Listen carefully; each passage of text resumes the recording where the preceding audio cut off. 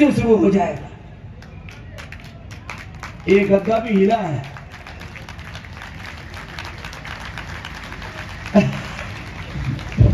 अब अपने देखो भाई, हम इतनी दूर क्यों आया? ये पूरा पसीना पसीना हो रखा है। बाप जी ने पहले हमारी बाल के ऊपर से पगड़ी पहना दी। भाई देखो, इससे ज्यादा हमारी आदत को नहीं हो पगड़ी पहननी। तुम्हारा मैं जब पगड़ी में उतरा तो घना मैंने पहचाने को बोले बाबू रामदेव कठी क्यों? अरे बाबू रामदेव बैठे ही है। तो सुनो, देखो आज हम आपके बीच एक बड़े उद्देश्य के लिए आए हैं। चारों तरफ समाज में घणों पाप बढ़ रहा है और इन पाप को साफ करने का काम छोटे बच्चों से लेके जवानों से लेके बड़ों को करना है। एक तो छोटी बेटियों ने योग घणों अच्छो करो, एक बार जोरदार ताली बजाओ इन वास्ते। ऐसे अपने सब बच्चों को सुबह योग कराओ। क्या कराना है सुबह बच्चों को? अब कोई मुसलमान से पूछो थारो धर्म क्या है, वो कहे कि बस 5 बार नमाज पढ़ो, फिर जो मनवा वो करो। चाहे हिंदू की छोरी उन्हें उठा के लाओ, चाहे जो भी पाप करना है करो। वो इस्लाम का मतलब नमाज समझते हैं। घने पाप करते हैं हमारे बहुत से मुस्लिम भाई, लेकिन नमाज जरूर पढ़े मेरे बेटा, क्योंकि उनको यही सिखाएगा बस नमाज पढ़ो, बाकी जो करना है करो। आतंकवादी बन गए घने, बाकी और जितने भी अपराधी घने बन गए, नमाज जरूर पढ़ ली, बस इतना ही सिखाओ, नमाज पढ़ो, जो मन में वो करो। ऐसा हिंदू धर्म नहीं है।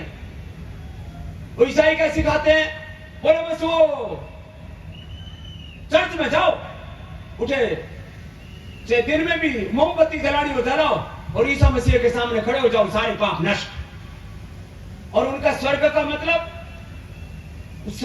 मतलब है टखने के ऊपर पैजामा पहनो, मूंछ कटवा लो, टोपी पहन लो।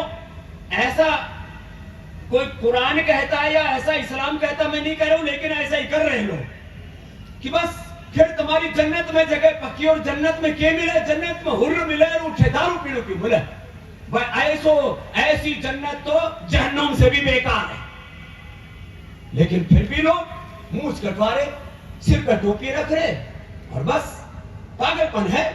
इस्लाम इस्लाम महान, और सारी दुनिया को इस्लाम में तब्दील करना है। लोग इसी चक्कर में पड़े हुए। और ईसाइयों ने बोले एक वो इधर क्रॉस का निशान पहन लो, फिर कुछ वेशभूषा सी बना रखी है, कुछ छोटी मोटी कुछ उन्होंने बना रखे, जैसे हमारे यहाँ श्लोक सूत्र मंत्र होते हैं, ऐसे उनके भी कुछ होंगे आयते पायते। मैं किसी के बारे में कोई आलोचना नहीं कर रहा हूं, लेकिन लोग उसी चक्कर में पड़े हुए। कोई कहता है पूरी दुनिया को इस्लाम में तब्दील करेंगे, कोई कहता है पूरी दुनिया को ईसाईयत में तब्दील करेंगे। मैं कहता हूं मैं करके करोगे कि वो तो बताओ। कोई एजेंडा नहीं। सनातन धर्म का एजेंडा है सुबह ब्रह्म मुहूर्त में उठो, उठ करके भगवान का नाम, राम का नाम लो, सुबह उठ करके योग करो और अपने आराध्य की पूजा करके फिर कर्म योग करो, अच्छे कर्म करो, अच्छा आचरण करो। यह हिंदू धर्म सिखाता है, यह सनातन धर्म सिखाता है। सनातन धर्म अच्छे से जीवन कैसे जीना है, सात्विक जीवन कैसे जीना है, हमारे आहार में, हमारे विचार में, हमारी वाणी में, हमारे व्यवहार में सात्विकता होनी चाहिए, धार्मिकता होनी चाहिए, पवित्रता होनी चाहिए, दिव्यता होनी चाहिए। रजोगुण तमोगुण में नहीं जीना, लड़ाई झगड़ा नहीं करना, हिंसा झूठ बेईमानी नहीं करना, अहिंसा सत्य अस्तेय ब्रह्मचर्य अपरिग्रह को शौच संतोष तपस्वाध्याय ईश्वर प्रधान को जीवन के महाव्रत कहा है। चाहे वो सनातन धर्म है, चाहे जैन धर्म है, चाहे हिंदू धर्म है, चाहे सिख धर्म है, ये सारे सनातन धर्म का ही पूरा का पूरा विस्तार है। और सत्य सनातन वैदिक धर्म की तो अपने जीवन में सनातन को जीना है, अपने बच्चों को सिखाओ, ये एजेंडा आज लेकर के जाओ। कोई घर ऐसा नहीं होना चाहिए जहां सुबह उठ करके योग ना होता हो। और सारी दुनिया को करना पड़ेगा। जो योग नहीं करेंगे मोटे मोटे हो जाएंगे, फिर कपड़ों में से पेट बाहर निकलोगे, कमर बाहर निकले, घड़ा तो चाले तो एकदम कुल्ला ऐसे हाले के धरती फट जाएगी। और बाबा जी ने भंडारो जोरदार कर रखो है, घड़ा को 2-2 किलो वजन 5 दिन भंडारो खा के बढ़ गयो। बाप जी वास्ते जोरदार तालियों बजाओ। लेकिन यहाँ भंडारों खाकर योग कर जो तो सुनो, जो योग नहीं करेगा उसका पेट फटेगा, जो योग नहीं करेगा उसकी कमर बढ़ेगी, उसका कुल्ला मोटा मोटा हो जाएगा, फिर यूं यूं चलना। अरे पेट देखो इतना पतला होना चाहिए, देखो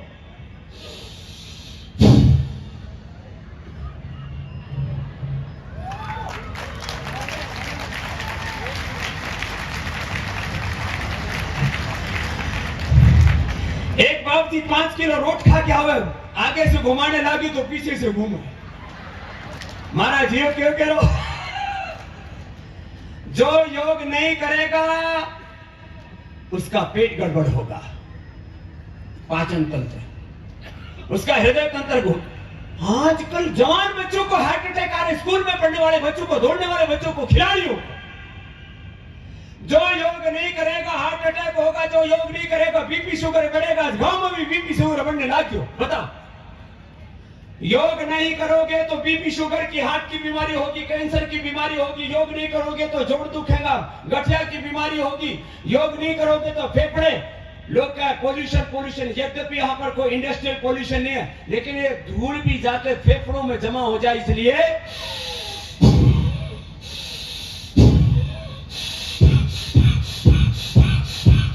5 मिनट फेफड़े ऐसे मजबूत कर लो, फिर धूल धक्कड़ सब साफ। को नाम है भस्त्रिका, क्या नाम है को बोलो, जोर से फूंक मारने को क्या नाम है?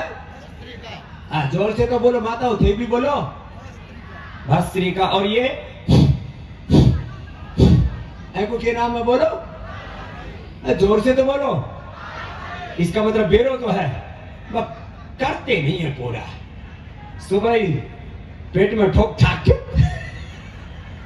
बिना कपाल भाती किए घर से बाहर नहीं निकलना। प्राणायाम, ये हमारी संध्या उपासना का भी नियम है, कम से कम 3 प्राणायाम तो नियम से करने, कभी नियम ना टूटे। मैंने पिछले 50 सालों से इस नियम को निभाया है, तुमको भी निभाना है। ये व्रत लेके जाना है, योग का व्रत। कपालभाति करो, अनुलोम विलोम करो,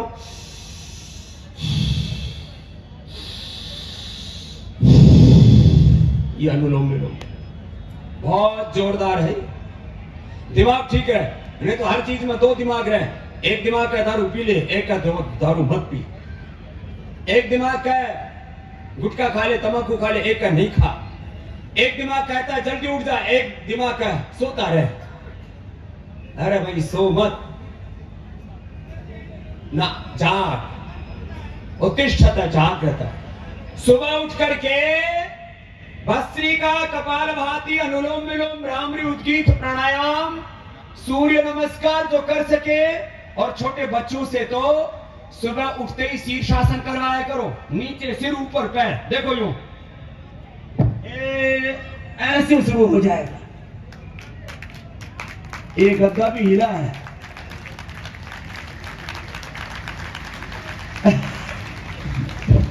अब अपने बालकों ने सुबह सुबह करवाया करो।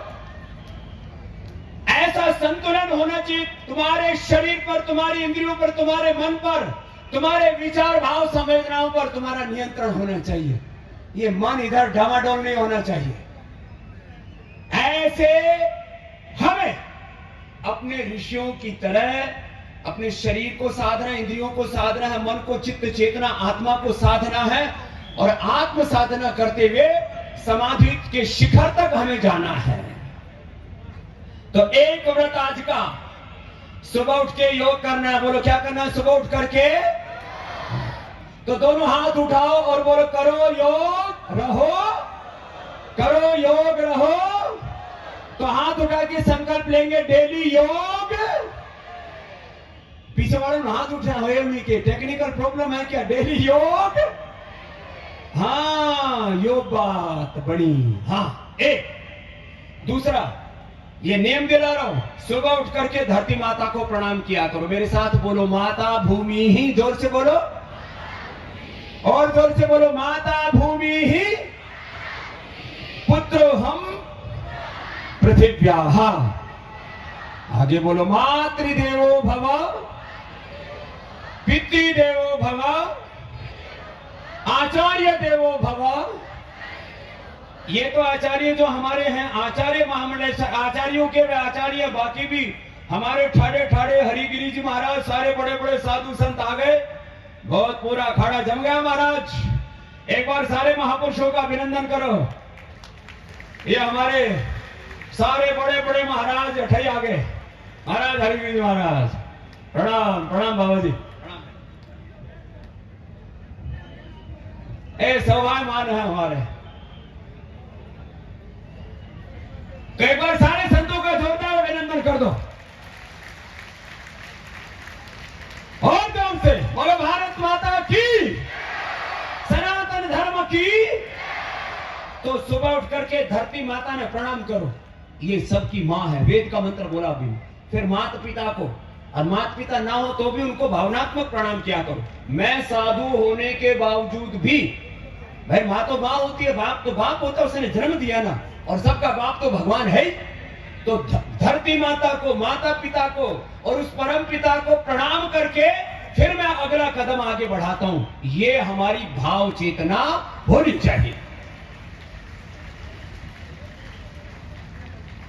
नहीं तो फिर जीने को मतलब क्या है।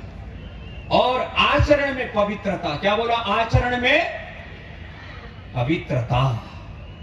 गौ माता की सेवा करो। कितनों के घर में गौ माता, हाथ ठाइयो जरा,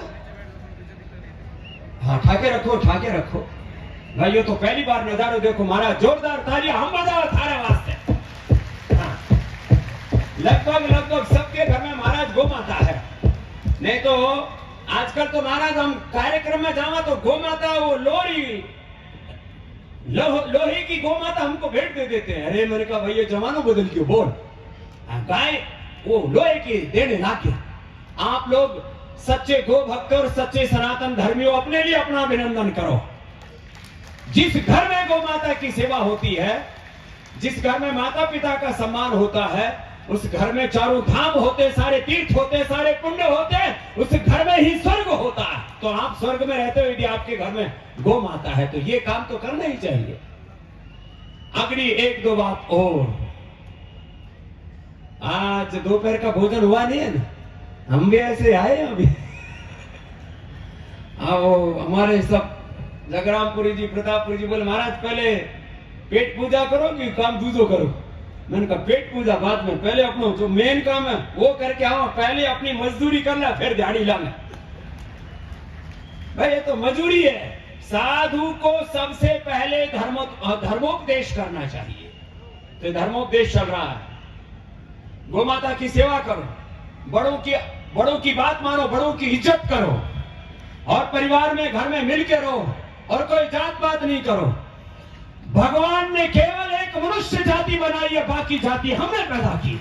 एक मनुष्य की जाति है हमारी। तो मैं बार बार कहता हूं, हम सभी एक ईश्वर की संतान। मेरे साथ बोलो, हम सब एक ही पूर्वजों की संतान, एक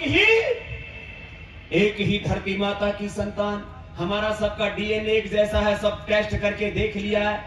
तो फिर ये ब्राह्मण है, ये क्षत्रिय है, एम भी यो जाट है, यो राजपूत है, घनी ऐसी बातें चलती रहती हैं। ये क्षत्रियों में भी राजपूत, फिर क्षत्रियों में भी अहीर, जाट, गुज्जर, ये नया कार्यक्रम है। वैश्यों में भी 100 तरह के वैश्य, शूद्रों में भी 100 तरह के शूद्र, दलित, आदिवासी, वनवासी, पता नहीं 100 तरह का बखेड़ा छेड़ रखा है।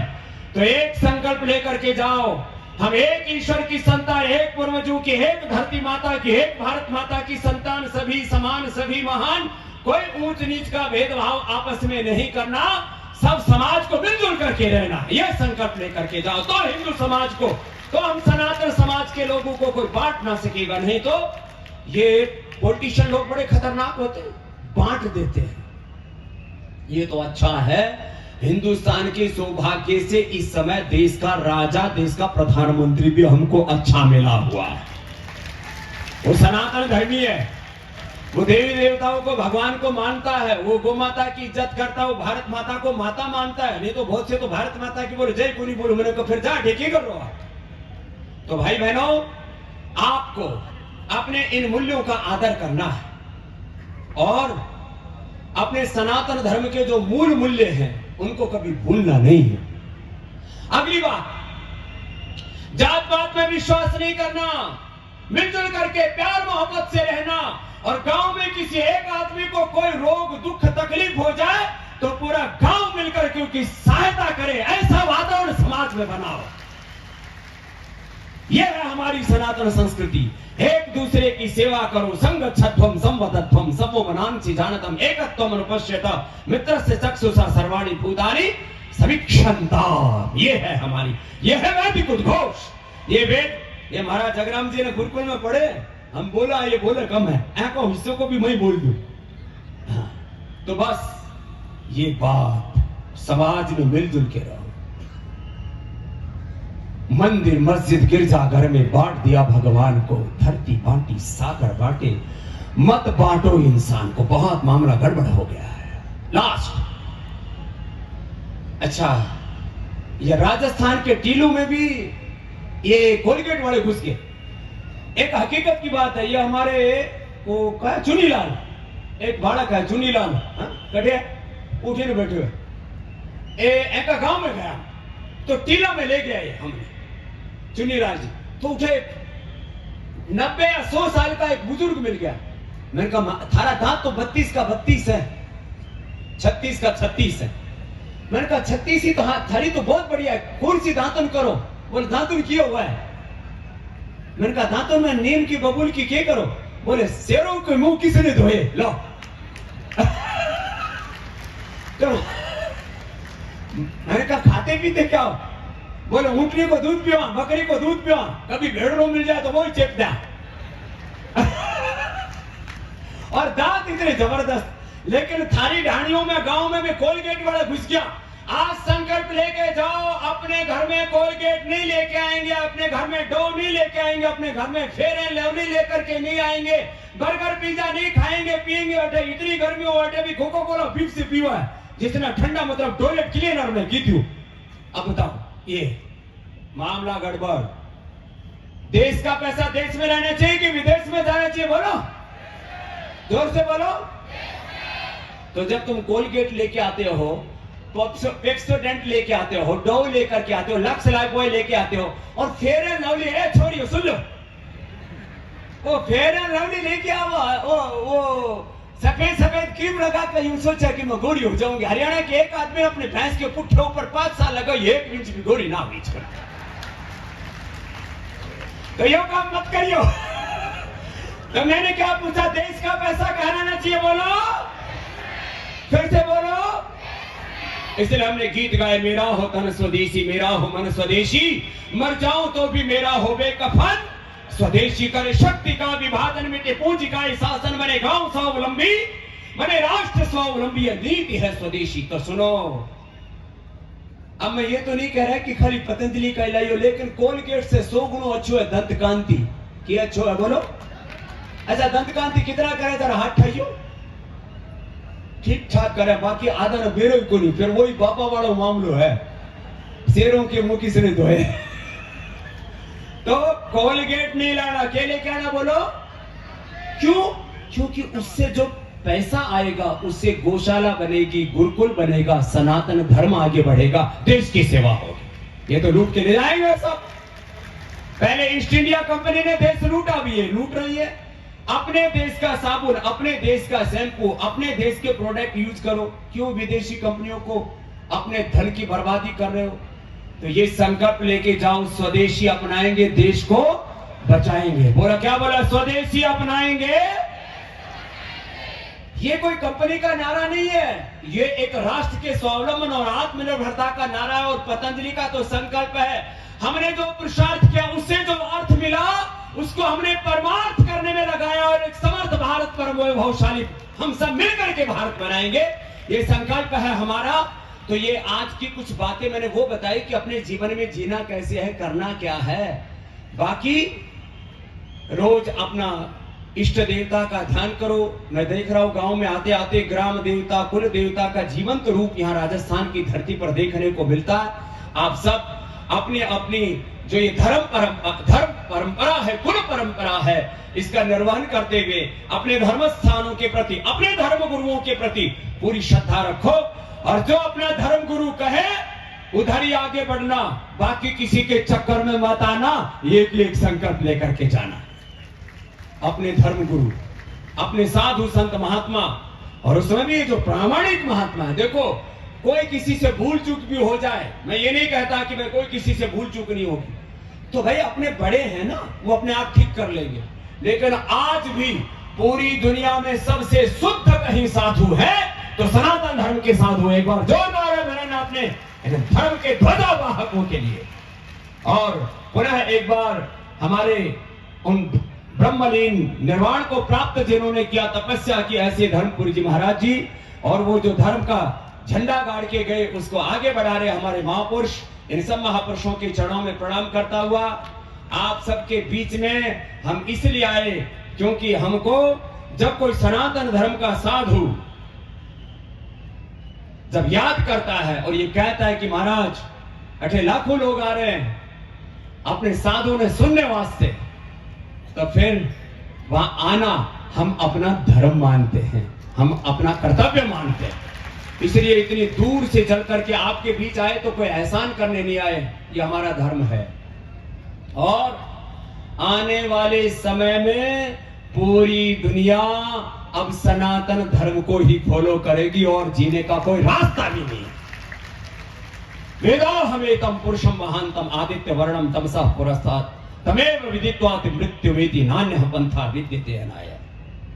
तो आज अब देखो, पहलो प्रवचन मेरो रख दिया, अब एक प्रोटोकॉल होता है ना। अब हमारे आचार्य मोहम्मद लेसर जी जो हमारी इस साधु परंपरा के, इस धर्म परंपरा के, सनातन परंपरा के हमारे अलग अलग मत पंथ संप्रदाय है, उसमें जूना पीठ, ये जूने का मतलब पुराना ही होता है। अपने बैठे भी जूनो बोला, गुजरात में भी जूनो એટલે बहुत पुराना सनातन। तो जूना अखाड़ा मतलब जो सनातन अखाड़ा हमारा, उसके हमारे पीठाधीश्वर हैं। ऐसे हमारे श्रोत्रिय ब्रह्मनिष्ठ एक ऐसे सन्यासी जिनके पास में शब्दों का भी सामर्थ्य है, शब्दों के तो शहंशाह हैं। माने पूज्य महाराज श्री, हम तो थोड़ी बहुत फिर भी लोक भाषा बोल लेते, महाराज जी तो लोक भाषा के बजाय शास्त्र की जो श्लोक की मंत्रों की भाषा है उसी में ज्यादा बात करते हैं। तो ध्यान से बैठो और सुनो, अपने गुरु बात कहना। हम तो बीच बीच में थोड़ी हरियाणी, थोड़ी राजस्थानी, અને જ્યારે હું ગુજરાત में जाऊं तो गुजरातीમાં પણ હું બોલું और પેલું जो है उठे वही काम कर दूं। लेकिन पूज्य महाराज जी हमारे शास्त्रों के मर्मज्ञ हैं, और ऐसे ही जब अपने धर्म गुरु कोई बात कहते उनकी बात को श्रद्धा से सुनना चाहिए। ऐसे हमारे इस सनातन धर्म के पुरोधा, जिन्होंने सनातन संस्कृति का गौरव राष्ट्र ने विश्व पटल पर बढ़ाया है, ऐसे पूज्य महाराज श्री हमारे अवधेशानंद गिरी जी महाराज जी, उनका एक बार पुनः जोरदार अभिनंदन है। और आप अभी जैसे शांति से बैठे हुए थे, इसके बाद भोजन प्रसाद शुरू होगा, अभी भंडारो बंद है। कल ही हमारी बात होगी थी पूज्य जगराम जी महाराज जी सागे कि भाई जब तक प्रवचन चलेगा उठे, भंडारो बंद रहेगा उठे। अब पहले ज्ञान प्रसाद लो, फिर भोजन प्रसाद लेना है सबको। तो एक बार जोरदार अभिनंदन है पूज्य महाराज श्री का। आप बैठो, विराजो, पूज्य महाराज जी को माइक दे दो। हाँ, तो